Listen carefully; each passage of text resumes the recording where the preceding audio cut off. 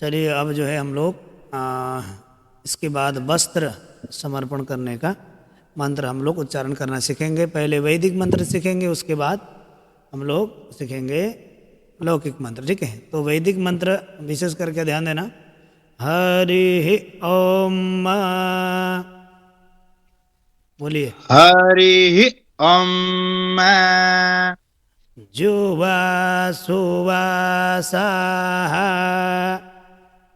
जुवा सुवासाः जुवा सुवा साहा। जुवा सुवासाः। यहाँ पर युवा में थोड़ा सा काट देना, ठीक है। जुवा जी। सुवा साहा। जुवा सुवासाः परिवीत आगात स उसरेयान।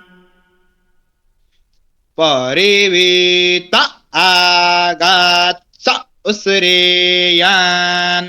परिवीत आगात स उसरेयान।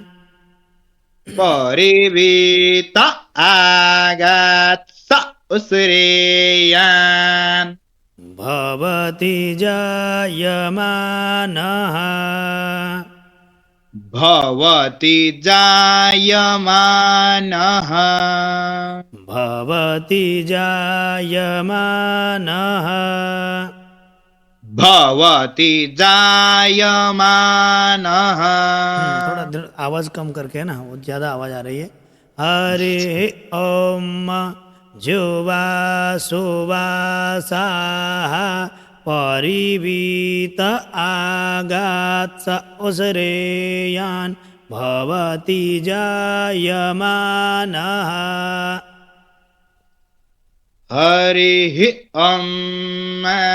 जुवा शुवासाः परिवीत आगात्स उसरेयान्।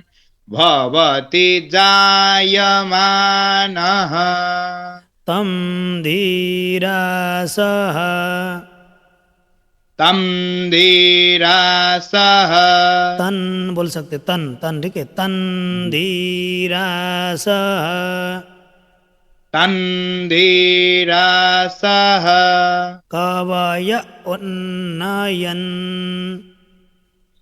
कवय उन्नयन्। कवय उन्नयन्।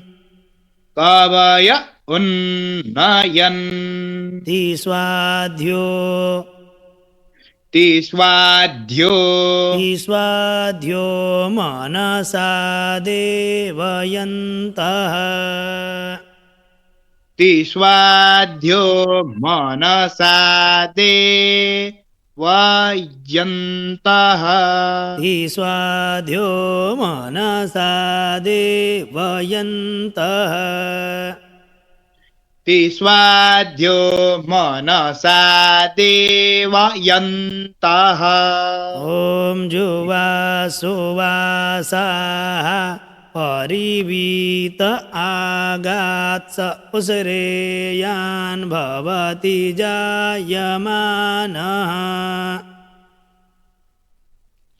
ॐ जिह्वा शुवासाः परिवीत आगात्स उसरेयान्। भवति जायमानः। तन्धीरासः कवय उन्नयन्ति स्वाध्यो मनसा देवयन्तः। तन्धीरासः कवय उन्नयन्ति स्वाध्यो मनसा ना ना ना, मनसा यहाँ पे देवयन्तः। मनसा दीर्घ करो। मनसा देवयन्तः। देवयन्तः। मनसा देवयन्तः। मनसा देवयन्तः शीतवातोष्णसन्त्राणम् शीतवातोष्णसन्त्राणम् लज्जाया रक्षणं परम् लज्जाया रक्षणं परम् लज्जाया रक्षणं परम् लज्जाया रक्षणं परम् शीतवातोष्णसन्त्राणं लज्जाया रक्षणं परम्